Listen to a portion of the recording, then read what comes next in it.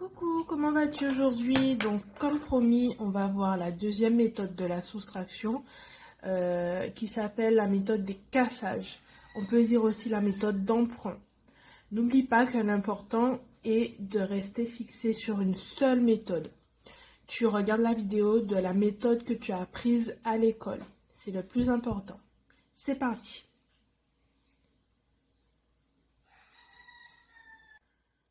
Si on voit les soustractions avec retenue, c'est que tu sais déjà placer tes nombres. Donc, j'ai 19 et 152. Quelle est la première chose à faire pour placer mes nombres? Je repère le plus grand nombre, qui est ici 152, et je le place en haut. Donc, 2 unités, 5 dizaines, une centaine. Très bien. Maintenant, 19. Je dois placer mes unités sous mes unités, mes dizaines sous mes dizaines. Je ne veux pas me retrouver avec 19 écrit comme ça. Non. 9 unités, je regarde mes unités. Une dizaine. Voilà. J'ai placé ma soustraction. Je vais tracer un trait et écrire égal et on va commencer. Dans 19, j'ai combien de centaines? Je n'ai pas de centaines, donc en fait, ça représentera 0. Donc, je commence toujours, quand j'ai ma soustraction posée, par les unités. Toujours. Du haut vers le bas. Donc, je fais 2 moins 9. Dans 2, j'enlève 9. Est-ce que c'est possible? Non. Donc là, je vais casser mes dizaines. Hop, je vais casser mes dizaines et en emprunter une. Du coup, si j'ai emprunté une dizaine, là on est dans la colonne des dizaines, j'ai emprunté une dizaine dans 5, donc je me retrouve avec 4. Voilà. Ah, maintenant c'est plus agréable. Je peux faire 12 moins 9, qui est égal à 3. C'est bon pour les unités. Je passe aux dizaines. Donc je commence en haut.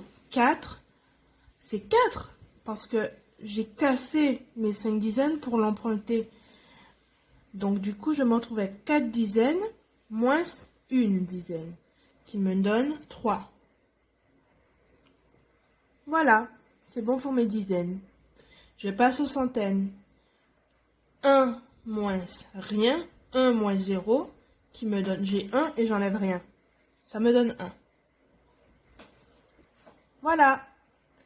C'est la méthode de cassage. On casse. Ou si tu es plus gentil, tu peux dire que tu empruntes. Voilà.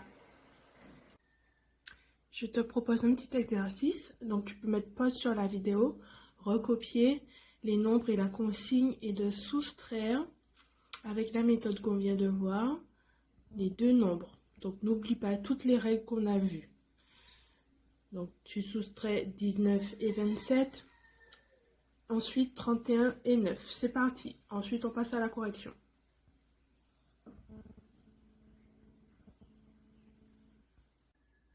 C'est parti. Donc, je repère 19 et 27. Quelle est la première chose à faire?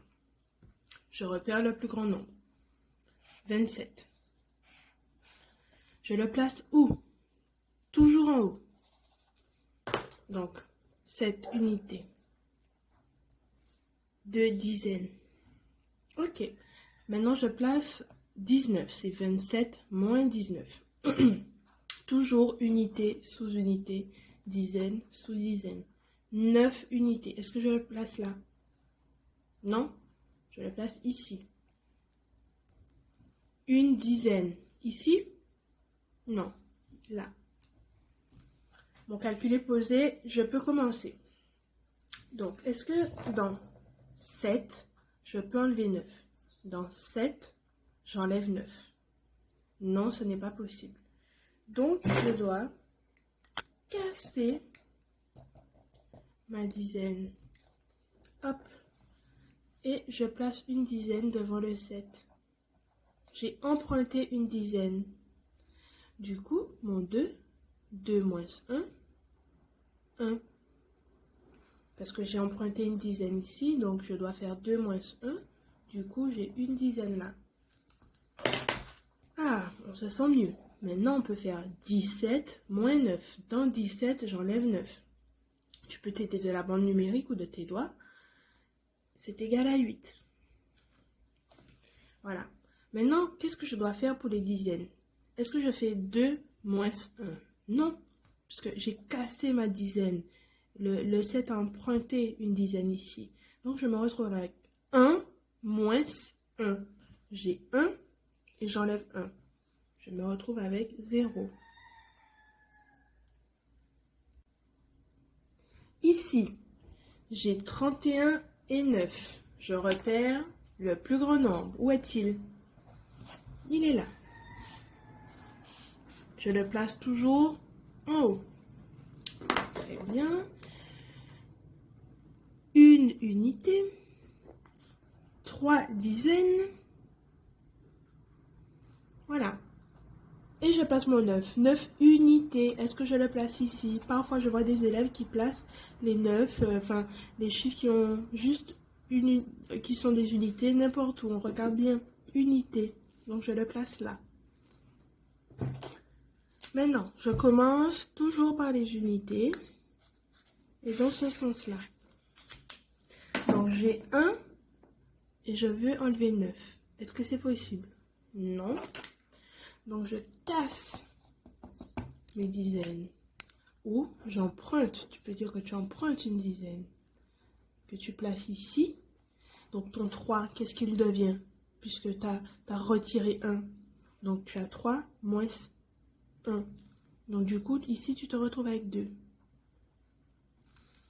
Ah, on s'occupe des unités. Donc, maintenant, tu peux faire 11 moins 9. Donc, 11 t'enlève 9. Tu peux t'aider de la bande numérique ou, pour voir la différence, tu commences par 9, 10, 11. C'est égal à 2. Voilà. On passe aux dizaines. Donc, maintenant, on a 2 dizaines pour le chiffre, le nombre d'en haut. Donc, tu fais 2 moins... Quand tu n'as rien ici, c'est comme si tu avais 0. Dans 2, j'enlève rien. Ça me donne 2. Voilà. Donc, tu as vu la méthode des cassages, qu'on casse les dizaines, ou on peut dire aussi la méthode d'emprunt. Et l'important, c'est de rester axé sur une seule méthode, celle que tu vois à l'école. Voilà, donc j'espère que le confinement se passe bien et je te dis à bientôt.